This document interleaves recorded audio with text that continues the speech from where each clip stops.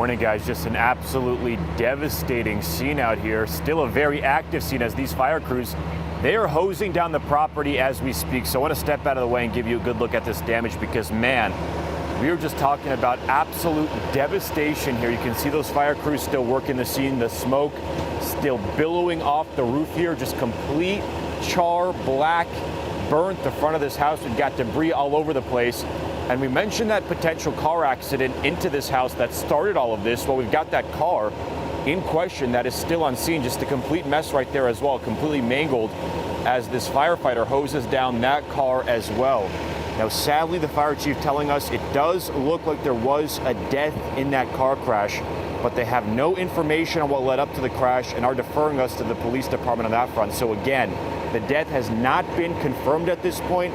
The fire chief telling us he believes there was a death, but we are waiting on the official update from police on that front. So just some very sad news. And when it comes to everyone who was home at the time, 7 adults and 7 kids, the fire chief says they were able to make it out safely themselves. And check this out, because we just spoke with the neighbor here on scene who lives across the street, sending us this video of this house just completely on fire. We were talking about a massive fire that broke out here on Center Street. Just completely devastating for these families that live here, because it looks like this place is not going to survive whatever happened here. Just complete damage all over the place. But we do have some more good news in the middle of all this tragedy, because the fire chief does say that it looks like there were no firefighter injuries as well. So that is definitely some good news. The cause of this fire, though, still under investigation. Again, the chief telling us it looks like there was a car crash this morning, and that car does appear to still be on scene. Just completely a mess at this point.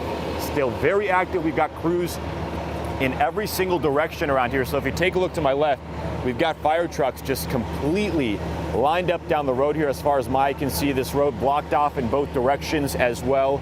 Going to be a long morning. It's already been a long morning for these guys, but if you take a look in this direction as well, this has been the case. We've got neighbors standing on the sidewalk out here, presumably people who live in this house, live in this area. We've got one woman with her hands over her mouth. That pretty much just sums it up. Complete devastation and shock out here this morning. As you take a look at the damage, it is so devastating. Of course, we'll keep you updated as we learn more. Still very much a developing story, but for now, reporting live in Manchester, I'm Angelo Bavaro, Fox 61 News.